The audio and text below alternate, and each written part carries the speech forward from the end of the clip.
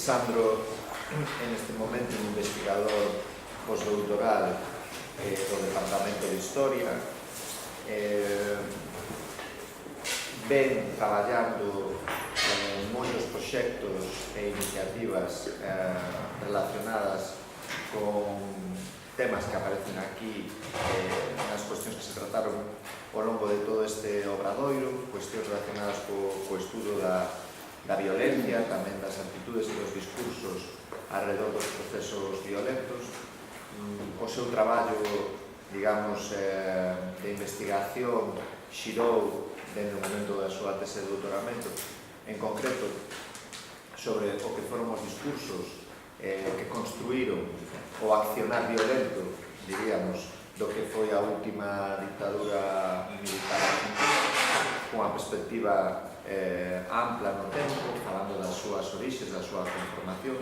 Coñezo bastante ben o que foi esa investigación porque tive o placer de estar no seu tribunal de tese e por tal motivo pois tive que ler con bastante detalle o que foi a súa investigación, tamén con bastante placer porque a verdade é que me pareceu un traballo excelente e interesante.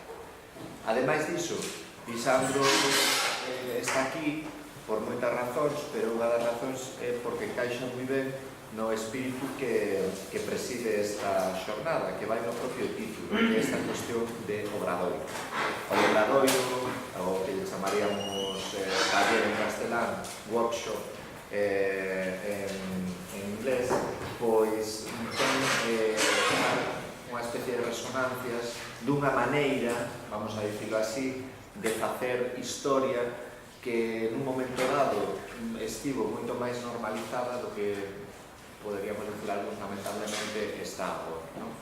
Ten que ver coa idea dunha historia construída dunha maneira, vamos a dicir, máis democrática, na cal, precisamente seguiño a cuestión do obradoiro casi como unha tarefa artesanal. Todos os que participan esculpen unha parte do que é o discurso que vai sair, non é tanto a idea de alguén que ven a impartir a súa sapiencia magistral e os outros escoitan, non? Fago esta aclaración porque creo que no caso de Lisandro encaixa moi ben con ese espírito do obradoiro, polo que eu coñezo da súa maneira de concebir o traballo da historia. Algún dí utiliza o termo activista ou militante. Eu diría que Lisandro é un activista ou un militante da historia, en primeiro lugar, e naturalmente iso é algo que explica a súa xenerosidade con todo tipo de actividades que teñan que ver coa difusión, creación e produción historiográfica, non? Organizador incansable de xornadas, xestor de mesas aquí en todas partes do mundo, amplo produtor de artigos en revistas de nomes que eu non coñezo e en xeral unha persoa que ten compromiso, eu creo que reseñable, co que a labor que nos une aquí a moitos que é a labor dos historiadores e das historiadoras. Hoxe fixo un esforzo por achegarse á cuestión que nos interesa dentro do que é a amplitude de temas que trata alrededor do que é a última dictadura militar argentina. Fixo un esforzo por axustalo, como así lle pedimos, o que sería o tema do noso obradoiro, a cuestión das experiencias co uso da fonte oral. E ademais introduce unha perspectiva, vamos a chamalo así, de xénero, aínda que habería moito que discutir sobre a propia terminoloxía, pero para que se me entenda, introduce unhas voces que, aínda que apareceron noutras intervencións, pois quizáis non dunha maneira tan explícita como van a aparecer aquí. A súa intervención leva por título A voz das vítimas do terrorismo de Estado, as mulleres nos campos de concentración, Argentina 1976-1983, e sen máis, pois xa vos deixo con Lisandro, que a estas alturas xa non falla que lle explique o funcionamento das sesións, pero bueno, el xa sabe que xa o falamos agora, que intentaremos deixar espacio para que a xente poida intervir e por iso tamén lle pido pues, contención a nivel de texto. E moitas gracias de novo por estar aquí. Muchas gracias a ustedes. Bueno, primero que nada, buenos días nuevamente a todas e todos. Bueno, obviamente cando uno escoita este tipo de comentarios, de ver reseñas, eu entendo porque a veces cando falo con miña nai que está na Argentina, les digo, no, mira que hoxe vou ter unha reunión co profesor Miguel Macho. Ai, se vas co profesor Miguel Macho, que tranquilidade que me dá. Claro, agora doume conta, despois de escoitarlo a él, que en algún momento la habrá escoitado algo semejante, por que ten esa tan elevada estima por o profesor.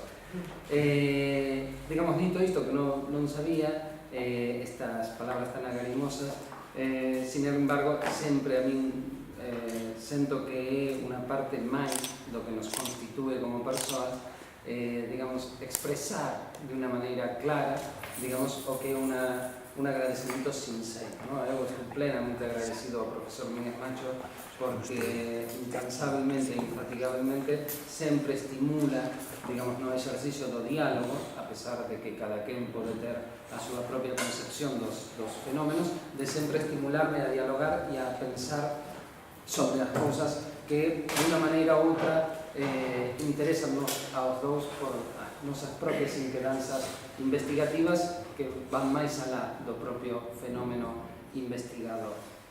En isto que ten que ver, eu fui escoitando, e esa é unha das ventaxas que ten moitas veces estar casi ao final de un evento, é poder, digamos, porque está dado xa na composición, eu sempre teño moitas máis dúbidas que certezas, ¿sí? Certezas teño moi pouquinas, e a medida que vou escoitando a todos os que foron facendo consultas, interactuando aos propios ponientes, claro, eu teño esa posibilidade de nutrirme de todo o que antecediume a min, e iso dame un marxen enorme ao momento de poder eu comentar o que quería comentar.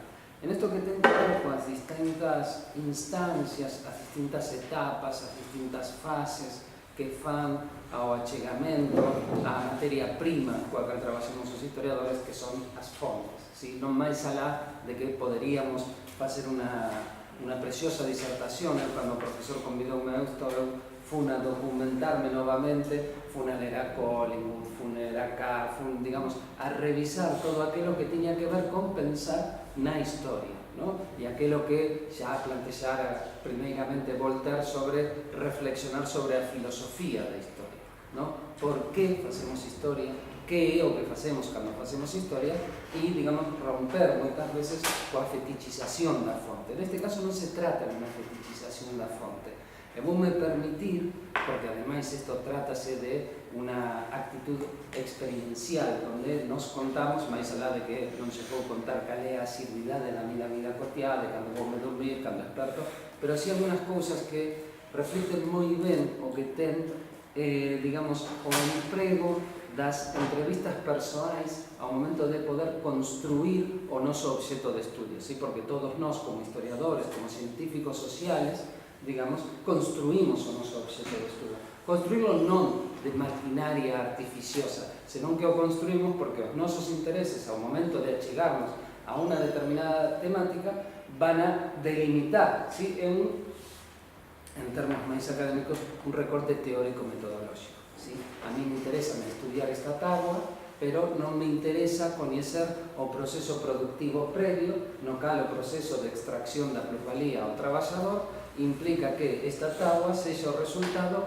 da extracción, da explotación da burguesía hacia o traballador. A mí interesa saber que madeira está isto, ¿sí? É un recorte teórico-metodolóxico. O que non podemos facer é olvidarnos de todo o resto, de toda esa trama que diría Hegel ao momento de explicar o método dialéctico, toda a trama que subxace a todos esos fíos que van anudando puntos importantes. Esos puntos importantes son os que construen os feitos históricos, ¿sí? Porque non todo feito pasado é un feito histórico, e aí é onde ven a nosa labor de construcción, ¿sí? De construir o noso obxecto. E nisto de, digamos, como un emprega as as entrevistas, logo xa miraremos o tema específico sobre o cal traballamos. O venres pola noite, eu teño un móvil, pero non teño aquí o sistema de mensaxería, o móvil coa mensaxería está no sitio onde eu vivo, entón pola noite, cando volvo de traballar, coxo o móvil e miro quen estivo interesado en contactarme, non? O venres pola noite, unha mensaxe de unha persoa, vou circunscribir algunos elementos de eliminar certos datos que podan dar pistas dos datos filiatorios das persoas a que vou facer referencia, porque non de todas teño a posibilidade de enunciar claramente quenes son, porque digamos, estamos facendo unha grabación, entón non quero que, digamos, haxe unha utilización indebida non do que eu estou dicindo, sino do que é o recurso de as fontes. Esta persoa, indistinto de que sexo, de que orientación, envíame unha mensaxe, o venres este último pasado, fai menos de unha semana, e me pone unha mensaxe, e polo tenor da mensaxe, chamo. Esta é unha persoa que eu fixera unha entrevista no seu momento cando eu estaba traballando e establecimos unha relación, o que algunos son tan gostosos de chamar empatía, rapport. No, aquí hai un lazo de solidaridade firme, ¿sí? Porque a convicción de esa persoa e a miña é a mesma. O dereito de todos á verdade, ¿sí? O dereito, un dereito inalienable, como é o dereito a conocer o que pasou en momentos como o da dictadura argentina. Chamo a persoa, que é unha persoa coa cal non teño contacto por infinidade de elementos, pero é unha, do que diríamos, asépticamente, unha fonte, ¿sí? Un informante. Aquela persoa que a mí me dá os datos que eu necesito para construir os elementos fácticos, factuales, empíricos da miña investigación e que ademais me dá a posibilidade de coñecer esa subjetividade que está ausente noutras fontes, ¿sí? Esa subjetividade na cal nos involucramos, ¿sí? Establecemos ese mirar a esa persoa, de ter ese contacto con que él nos está dando todo o que ten para darnos en ese momento. Falo con esta persoa e me di, necesito falar cos amigos, a mí, necesito falar cos amigos. Uno dos represores que torturaronme a mí, ¿sí? Unha das persoas que infrinxoume daño físico e que despois de tantos anos de loitar, de facer un xuicio, de lograr a abolición das leis de impunidade na Argentina, foi xulgado, foi sentenciado e agora, como este goberno actual de Argentina resquebrajase, está dando liberdade a distintos represores, a distintos perpetradores, chorando, sinto haberche defraudado. Sinto haberche defraudado. Perdón, É que iso é o que ten a funcionar. Nos transmite, nos mete en un mundo, digamos, onde aquel, porque cando, digamos, un ten claro, como dicía Camilo anteriormente, claro, Lisandro nos va a contar teóricamente, empíricamente o que é o terrorismo de Estado, claro. Pero conocer eso implica tener conciencia de aqueles que sufriron directamente. O sea, estamos pensando que estas tecnologías de terror o terrorismo de Estado estudan cómo hacerle daño a alguien, cómo romper a súa subjetividade individual e colectiva, fundamentalmente, ¿sí? Digamos, a desestructuración, digamos, a dictadura. Decía Camilo, Lisandro va a falar da sí, eu xa podo dicir, o objetivo da dictadura militar argentina era o descabezamento da autonomía das clases subalternas. Como me gusta, sí, pero ese descabezamento implica mortes, ¿sí? Implica que parte dos que estamos aquí mañana non estemos, ¿sí? Implica iso, implica acabar con aqueles 25 da fábrica, non a todos, con eses 25 porque os temos identificados. É importante ter en conta nese sentido, digamos, que justamente se algo distingue ao Estado moderno, tal como o coñecemos a día de hoxe, dos modelos de Estado que o precederon no tempo, é haber conseguido o monopolio da violencia, ¿sí? Esa facultade que a que fai que o Estado moderno sexa aceptado nese contrato social del cal nos hablaban Hobbes, Locke, Rousseau, ese monopolio de violencia implica que ese Estado tenga a facultade de aplicar todas as medidas de represión baixo o control dos organismos de coerción. ¿Sí? Sin embargo, as experiencias históricas demostran que os Estados de Dereito poden liberarse desas ataduras do Estado de Dereito e aplicar unha violencia racionalmente dirixida á eliminación de aqueles sectores sociales considerados inintegrables á sociedade, o cal nos levaría a falar, entre outros, de George Agamben, sí, pero non é obxeto agora mesmo, poderíamos levar a falar de tantos outros teóricos do Estado, sí, porque aquí o que temos, esta é o gran elemento diferenciador. Camilo facía alusión a unha definición do que é a dictadura, que é o Estado burocrático militar, ¿sí? É unha definición, e é interesante porque nos devolve a centralidade de que o Estado é o axente que en teoría ten que salvaguardar a seguridade, a integridade física das persoas. Ese mesmo Estado modifica a súa estructura para eliminar aqueles sectores sociales que non son viables dentro da nova estructura social que se está plantexando. En ese sentido, e mirando dende a perspectiva do que implica xurídicamente, digamos, a dictadura militar argentina vulnera, o mesmo que outras tantas dictaduras, digamos, a Declaración Universal de Dereitos Humanos, o Pacto Internacional de Dereitos Civiles e Políticos, a Convención Interamericana sobre Dereitos Humanos, e todos aqueles elementos que fan dentro da Constitución Nacional a preservación das persoas. Sin duda, o análisis cuantificável, que incluso a veces é mezquino pensar cantos foron realmente as persoas, porque, digamos, con que haya un é suficiente. Por qué? Porque ese Estado ten identificado a quen ten que eliminar. É dicir, hai unha outredade negativizada. Ti podes entrar, isto é como Kafka. Joseph K. foi detido un día sen saber por qué. É o mesmo. Un día a dictadura en Argentina e en tantos outros sitios, en un proceso previo de planificación, decide que o señor Miguel Macho, dada a súa condición, súa orientación política, é unha das persoas que non pode continuar vivindo con nós. Pero o profesor Miguel Macho se asemella a tantos outros docentes. É dicir, non é o desaparecido Miguel Macho, é a desaparición desa outredade, desa alteridade. ¿Sí? Ese objetivo que teñen no que fai ao tema da dictadura, que obviamente, igual que outras tragedias, que outros procesos, tanto Hiroshima, Nagasaki, o xenocidio dos turcos contra os armenios, a dictadura de Franco, son, digamos, elementos que nos devolven a magnitude da tragedia humana que vivimos e que leva a escribir a persoas como son os da Escola de Frankfurt, dialéctica de la ilustración, entender por que a razón, digamos, que iba a ser o triunfo de ordenar o mundo, chega a súa máxima expresión da racionalidade, da utilización da razón en esos campos de exterminio que son, no caso particular, da Alemanha nazi.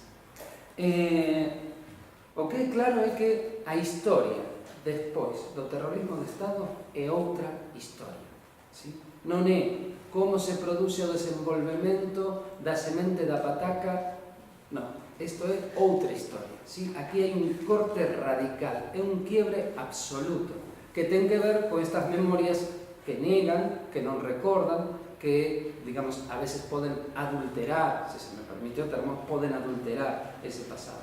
Pero, ademais, hai un quiebre tamén importante, que ten un calado enorme, e que é uno dos méritos, entre outros, ¿sí? Que ten un profesor Miguel Macho a traballar sobre os perpetradores. É outro mérito, porque ese é outro dos grandes quiebres que se introducen na sociedade. É dicir, a chegada de aquel que vai a aplicar directamente o brazo executor do que se está decidindo de a eliminación da persoa. Estamos falando de a morte da xente. Estamos dicindo que son burócratas que deciden quen morre e quen non. ¿Sí? Entón, en ese sentido, o que nos dá a fonte oral é ter o acceso a esas experiencias que de non ser deístas. Sí é certo que existe a testimonia no xuicio, pero iso é moi bonito de traballar esa articulación entre que unha persoa a cal ti entrevistas como conta no xuicio, porque está condicionado, porque ten que demostrar un feito xurídico e ten unha propia lógica que é distinta á da fonte da entrevista persoal, onde ti, ademais, eso tamén che leva a reflexionar metodolóxicamente que emprego faz da entrevista oral. É dicir, a quen vou entrevistar?